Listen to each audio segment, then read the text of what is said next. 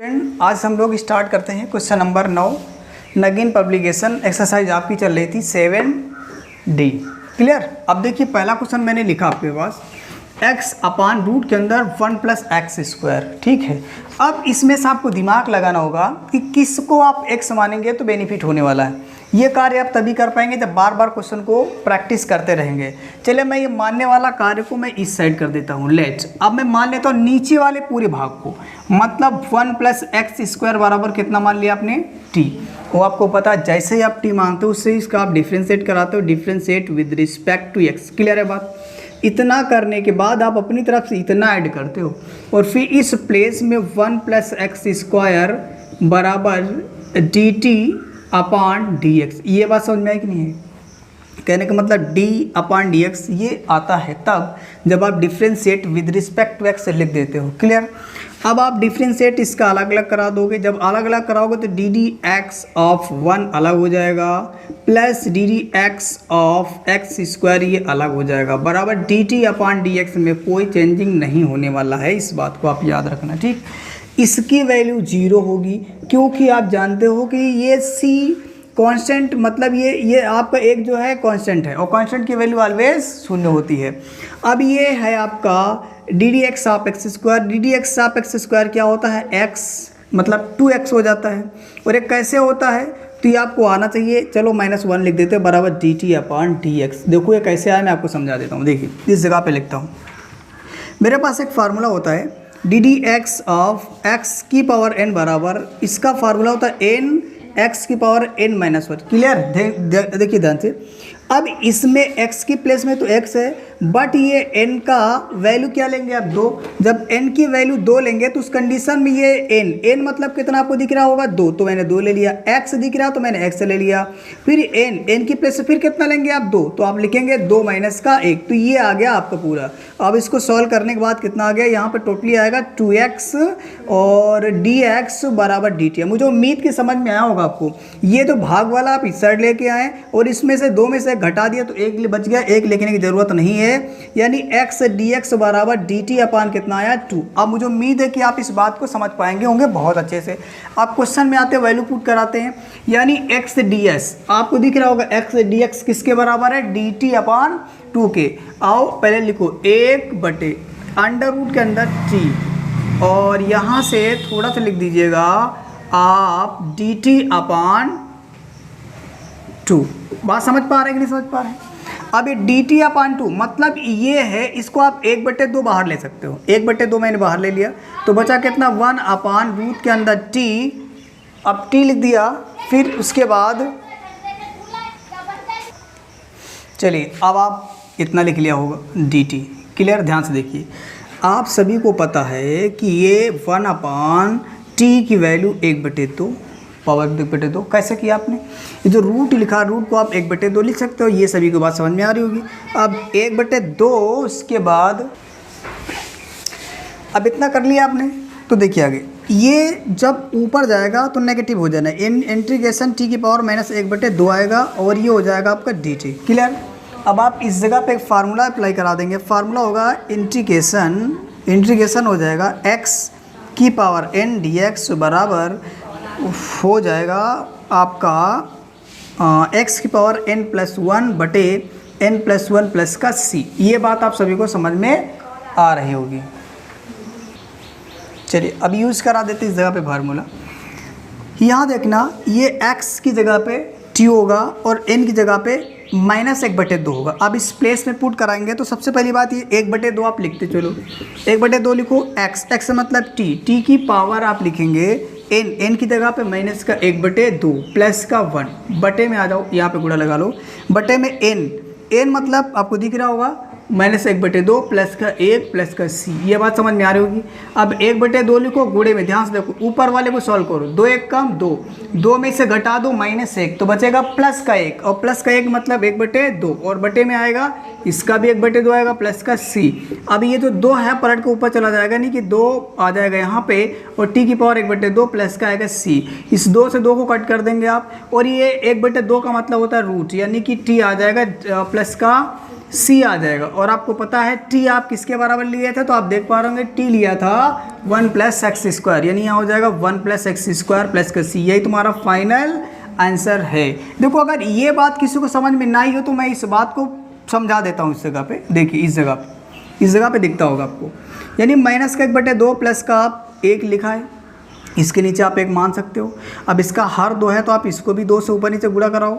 अगर यहाँ 3 होता तो यहाँ से आप 3 कराते, यहाँ 4 है तो 4 करवा देते, ये आपकी अब करवाना होगा। अब यहाँ पे -1/2 तो लिखेंगे 2 1 कम 2 + 2/2। अब हर बराबर हो गया तो हर आप एक बार लिखेंगे, अंश को -1 + 2, यानी कि प्लस है तो जोड़ देंगे, माइनस है तो घटा देंगे। अब आपको तो पता 2 में से 1 जाएगा तो कितना बचेगा, 1/2, यानी फाइनली आपको ये पूरा इतना कार्य इस तरह करना पड़ेगा, तो इतना आ जाएगा आपको 1/2। तो मैंने डायरेक्ट यहाँ कितना लिख दिया था 1/2। और बात आपको यहाँ दिक्कत आ रही है, ये वाला जो टर्म है ये भी आपको समझ में आना चाहिए कि ये जो नीचे वाला नंबर है पलट करके ऊपर चला जाएगा, इस बात का याद रखना। अगर कोई दिक्कत है तो जिस भिन्न के नीचे 1 नहीं होता उसके नीचे आप 1 मानते, जैसे आपको दिख रहा है टी के नीचे 1 नहीं है, ये 1/2 तो अलग अंश बटे हर है, ऊपर वाले का हर नहीं है, तो जिसके नीचे हर नहीं तो उसके नीचे हर मानेंगे। थोड़ा सा मैं चलो बताता हूँ इसको। चलो मैंने केवल टी लिया तो टी के नीचे आप मानेंगे 1, क्लियर है, मतलब टी के नीचे 1 मानेंगे, ऑलरेडी 1/2 रखा है। इस तरीके से जब फॉर्म बनेगी तो उस कंडीशन में ये एरो इस तरीके से लगाना आपको, पहले के जो t/1 है ये लिखा जाएगा और बाकी नीचे वाला पलट के 1 चला जाएगा ऊपर, यानी आपके पास कितना आ जाएगा 2t आ जाएगा, क्लियर है। तो ये काम आपका रखा था, आंसर आपका यहीं पे आ गया है, ठीक, नोट कर लीजिएगा। क्वेश्चन नंबर 10 आपके पास लिखा हुआ है, देख पा रहे होंगे, इंटीग्रेशन x² अपान 1 - 2x³ dx। अच्छा आप एक बात बताओ, अब आप इसे किससे x मानने वाले हैं, तो आपके दिमाग में चलेगी बात, यहाँ पे में से जब इसको मानेंगे पूरे को t तो मुझे x² मिल सकता है, क्लियर। तो अब आप यहाँ पे लिखेंगे लेट y ले लीजिए 1 - 2x³ बराबर t, क्लियर है बात। जब ऐसे मान लेते हैं उसके बाद आप इसे डिफ्रेंशिएट कराते हैं, differentiate with respect to x हो जाएगा, तो यहाँ आएगा ddx ऑफ -1 - 2x³ बराबर dt/dx। बात सभी को समझ में आ रही होगी। अब आप इसको भी मैंने बता दिया था, अभी डायरेक्ट मैं करता हूँ, ये आपका अचर पर 0 हो जाएगा और यहाँ आ जाएगा -2 और ये पावर आगे आती है और एक पावर में से 1 घटा देते हैं, आपका डिफ्रेंशिएट आता है, यानी कि -1 बराबर में dt/dx, क्लियर है। अब आप यहाँ क्या करेंगे, अब यहाँ माइनस का हो जाएगा 6 और ये हो जाएगा x² और यहाँ कितना आएगा dx बराबर dt। ये बात समझ में आई होगी, ये इधर आ गया। अब यहाँ से x² dx बराबर कितना आएगा dt इंटू में 1/6, इसको आप अलग अलग करके लिख लो, यानी कि ये -1/6 इंटू dt आ जाएगा। ये बात आप सभी को समझ में आ रही होगी। ये जो आपका गुणे में है उधर जाएगा, किस में हो जाएगा, भाग में, माइनस भी उधर आपका चला गया है, ठीक। आप देखिए आगे क्या करेंगे, आप इस जगह पे वैल्यू पुट करा दीजिएगा, वैल्यू पुट कराएंगे x² dx, आपको दिख रहा होगा x² dx किसके बराबर है, तो देख पा रहे होंगे -1/6 इंटू dt। अब पहले तो आप 1 लिखो, यहाँ पे इस जगह पे आप 1 लिखे, इस पूरे की जगह पे t ले लीजिएगा और यहाँ पर आपको पता है इस नंबर के साथ 1 ले सकता, कोई फर्क नहीं है, तो ये पूरा इसके बराबर आएगा और इसके बराबर मतलब ये पूरा किसके बराबर t, तो ये पूरा आ जाएगा 1/t और ये x² dx के यहाँ पे लिखा हुआ है -1/6 dt। ये बात समझ में आ रही होगी। अब यहाँ से -1/6 आपका कॉमन आ जाएगा, जब आप कॉमन लेंगे तो बचेगा इंटीग्रेशन 1/t dt और आपको पता है यहाँ फार्मूला लगेगा 1/x वाला, इंटीग्रेशन 1/x बराबर क्या होता है log x, यानी कि आप लिखोगे -1/6 और आ जाएगा log t, क्या लिखेंगे आप log t प्लस का c, क्लियर है। इस जगह पे फार्मूला क्या अप्लाई किया आप लिख दीजिएगा इंटीग्रेशन 1/x से dx बराबर log x, क्लियर है बात कि नहीं, प्लस का c, ये आपको समझ में आना चाहिए। आगे देखिए -1/6 लिखिएगा और बाकी आगे लिखो log और ये t के प्लेस में कितना रखेंगे आप, तो देख रहे होंगे t किसके बराबर था, तो आप लिखोगे 1 - 2x³ प्लस का c, यही आपका फाइनल आंसर है, नोट कर लीजिएगा। चलिए नोट करो। सर माइनस लेंगे क्या?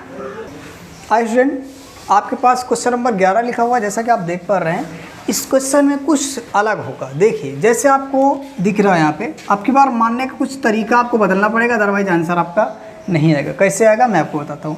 जैसे आपके पास लिखा हुआ 1 - x³ बराबर अब की बार आपको मानना पड़ेगा टी नहीं टी क्यूब। क्या मानना पड़ेगा? टी नहीं टी क्यूब। ऐसा क्यों कर रहे हैं अभी आपको समझ में आने वाला है। ठीक, पहले तो आप इतना देखो, मैंने क्या किया 1 माइनस एक्स क्यूब बराबर कितना माना? T cube. ऐसा किया क्यों अभी आपको पूरा पता चलेगा। पहले तो आप इसका डिफ्रेंशिएट करा लो। डिफ्रेंशिएट कराने से पहले एक चीज़ और अगर मैं आपसे कहूँ, अच्छा पहले डिफ्रेंशिएट कराओ इसका। ठीक, देखो differentiate with respect to x, तो ये हो जाएगा d d x of 1 minus x cube बराबर डी बराबर t cube into d t upon d x. Sorry, यहाँ पे होगा टी क्यूब। क्या होगा? T cube. क्लियर है? अब जब इसका डिफ्रेंशिएट होगा तो ये हो जाएगा कितना? ये तो हो जाएगा 0 और ये हो जाएगा माइनस का 3x²। बात समझ में आ रही? और यहाँ से जब इसका डिफ्रेंशिएट कराएंगे तो 3x² कितना होगा? हाँ, 3t² और dt अपॉन dx। अच्छा, ये dt कहाँ से पता चला कि नहीं? भाई इसको आपने x माना ना, x मान कर के तो करेंगे, जो x के अलावा उसे फिर डिफ्रेंशिएट करेंगे, तो इसे आप डिफ्रेंशिएट कर दिया। ये 3 से 3 कट जाएगा और जब 3 से 3 कटेगा तो बचेगा माइनस x² और बराबर t² और बचे dt अपॉन dx। क्लियर है बात कि नहीं? अच्छा, आगे ध्यान से देखिएगा, यहाँ पे अगर आप करना चाहें तो ये हो जाएगा x² dx बराबर इस माइनस को मैं इस साइड लाऊंगा t² dt। ये समझ में आया कि नहीं आया? यानी आपने किया कि जहाँ पर x² dx है उसके प्लेस में माइनस या t² है। ठीक है, माइनस t², थोड़ा सा मैं सही से लिख देता हूँ, माइनस t²। क्लियर? इतना रख सकते हो। अच्छा, अब इस क्वेश्चन को थोड़ा मॉडिफाई करेंगे, ध्यान से देखिएगा। इसका मॉडिफाई कुछ इस तरीके से करेंगे, जैसे ही आपको दिख रहा होगा x की पावर 3 इंटू एक्स की पावर 2 dx बटे में 1 माइनस एक्स की पावर 3 इंटू 1/3। कोई दिक्कत नहीं होनी चाहिए। अब आप ज़रा ध्यान से देखिएगा, ये x² dx दिख रहा है, ये आपको x² dx दिख रहा है, बराबर माइनस का t इंटू dt लिखेंगे और बटे में ध्यान से देखो, पहले लिखो इस पूरे के प्लेस में कितना रखेंगे आप? पहले तो आप ये x³ रहने दीजिएगा, x³ को रहने दो और इसके प्लेस में आएगा माइनस का t² इंटू डी टी और बटे में ध्यान से देखिएगा इस पूरे के प्लेस में, इतने के प्लेस में कितना रखोगे आप? t³ कितना रखोगे? और t³ की पावर कितनी थी? 1/3। क्लियर है? अब इसको कट करेंगे। अब आपको समझ में आया होगा मैंने t³ क्यों माना था। अगर t³ ना मानते तो ये 3 से 3 ना कटता। ठीक है, उसमें थोड़ा और आपको लंबा प्रोसेस करना पड़ जाता है। ठीक, अब यहाँ से आपको समझ में आया होगा। अब नीचे कितना बचा? अच्छा, एक बात ध्यान से देखो, ये किस फॉर्म में चल रहा है? t के फॉर्म में कन्वर्ट होगा, तो ये भी किस में वैल्यू आनी चाहिए? देखिए, जैसे आपको ये दिख रहा है x³ दिख रहा है कि नहीं दिख रहा है? अगर हम t³ को इधर लेके आएँ और x को उधर लेके जाएँ तो ध्यान से देखो क्या बनेगा। ये बन जाएगा 1 माइनस t³ बराबर x³। समझ में आया कि नहीं आया? नहीं आया समझ में? एक बार आप ही समझो, इस t को जब इस साइड लाओगे तो माइनस का t³ हो जाएगा। क्लियर है? और इस x को जब उस साइड ले जाओगे तो प्लस का x³ हो जाएगा। तो अब आप ये कह सकते हो जहाँ पर x³ होगा उसके प्लेस में कितना रखेंगे आप? 1 माइनस का t³। यानी ये x³ दिख रहा तो यहाँ पर आप लिखने वाले हो 1 माइनस का t³ और यहाँ पे कितना लिखोगे? माइनस का, अच्छा चलो ठीक है, किसका बनाओ, माइनस का t² dt और पूरे का बटे कितना लिखोगे आप? नीचे t कितना लिखोगे? t। यहाँ तक सभी को समझ में आ रहा है कि नहीं आ रहा है? कोई दिक्कत नहीं होनी चाहिए। देखो, अब इसकी पावर से ये कट जाएगा और जब पावर से कटेगा तो ये माइनस को मैं बाहर ला सकता हूँ। जब माइनस को बाहर लेके आऊँगा तो ये हो जाएगा इंटीग्रेशन 1 माइनस का t की पावर 3 इंटू टी और इंटू कितना आएगा dt। ये बात सभी को समझ में आ रही है कि नहीं आ रही? बिल्कुल आना चाहिए। अब t से इसको गुणा कराओ तो कितना बनेगा? ये माइनस कॉमा रहने दीजिएगा, ये हो जाएगा 1 गुणे t कितना हो जाएगा? t हो जाएगा माइनस इसकी पावर 3 और इसकी पावर 1 मिलाकर ये इतना हो जाएगा। ये थोड़ा सा साइज बनाते हैं, t कितना हो जाएगा? t की पावर 4 और यहाँ पे हो जाएगा dt। और ये अब आप इसका ब्रैकेट खोल दीजिएगा तो माइनस रहने दीजिएगा, ब्रैकेट के अंदर हो जाएगा इंटीग्रेशन आपको होगा t dt minus integration t की पावर 4 dt। ये ब्रैकेट बंद कर दीजिए। यहाँ तक सभी को समझ में आ रहा होगा। अब मैं यहाँ पे फार्मूला अप्लाई कराने वाला हूँ, इंटीग्रेशन x की पावर n dx बराबर x की power n+1 upon n+1 plus का c। बात समझ में आ रही कि नहीं आ रही? अब आगे देखिएगा माइनस लिखिएगा, यहाँ पे इस t के प्लेस में आएगा x या x के प्लेस में t आएगा और इसकी पावर कुछ नहीं तो आप कितनी ले लेंगे, आप 1 ले लेंगे। यानी ब्रैकेट के अंदर आएगा x मतलब t की पावर n, n मतलब 1 प्लस 1, बटे में भी कितना आएगा 1 प्लस 1। क्लियर है बात कि नहीं। प्लस आप कितना लिखिएगा, माइनस है तो माइनस लगा दीजिएगा। फिर यही फार्मूला इस वाले में लगेगा तो x के प्लेस में कितना रहेगा t, बट n के प्लेस में आप कितना लेंगे 4 प्लस 1, बटे में 4 प्लस कितना लेंगे 1 और ब्रैकेट बंद करिए, प्लस कितना लिखिएगा c। ये बात सभी को समझ में आ रही होगी। माइनस लिखो, ब्रैकेट के अंदर कितना होगा t की पावर 2, बटे में कितना 2, माइनस कितना आ जाएगा यहाँ से देखना ध्यान से, तो ये हो जाएगा t की पावर 5 बटे में 5, प्लस का कितना लिखेंगे आप c। यहाँ तक सभी को समझ में आ रही बात की ना। अब आगे थोड़ा सा स्टेप और बचा हुआ है, मैं आपको बताता हूँ, मेरे पास जगह खत्म होगी, पहले आप इसे इरेज नोट कर लीजिएगा, फिर इरेज करके लगवाते हैं। देखिए स्टूडेंट, अभी मेरा क्वेश्चन कंप्लीट हुआ, बट आंसर जो मेरा क्वेश्चन चल रहा था वो x के फॉर्म में है और ये किस फॉर्म में कन्वर्ट हुआ, t के फॉर्म में। अब मुझे x के फॉर्म में लाना, जरा मैं इसको थोड़ा सा मिटाता हूँ आपको समझाने के लिए। देखिए ध्यान से, ये लेट को भी हटा देते हैं। जैसे कि आप देख पा रहे हैं, मुझे t की वैल्यू चाहिए, किसकी वैल्यू चाहिए t। अब ये जो पावर इधर आएगी तो ध्यान से देखना, ये कुछ इस तरीके से बनेगा x की पावर 3 और यहाँ पर आप बना देंगे, लिख देंगे 3। कितना लिखेंगे 3। क्लियर बात की नहीं।